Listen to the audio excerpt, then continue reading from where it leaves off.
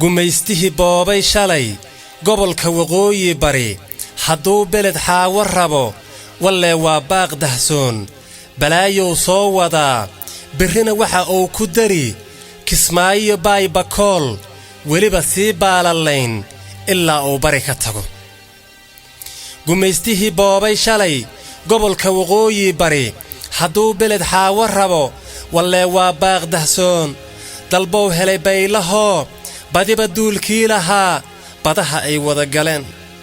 dalbow helay baylahoo bulshadii waa lagu yaqiin heleen baasaboorro kale gumaystihii boobay shalay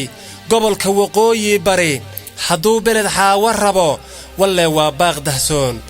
dalbow helay baylahoo betroolkiibuu la bixi dhulkuu beecinahaya dalbow helay baylahoo bannaanbax awood ka weyn lahayn iyo baawar badan ba'ay waan oynayaa bilaahi waa baroor buqnihii baa layga jaray markaabaan bohol ku dhacay balsena waxaan ballan ku galay oo uu baaqaygu yahay dhul ay Soomaali bixin ninkii boob maagayow adaa ku bahdilan halka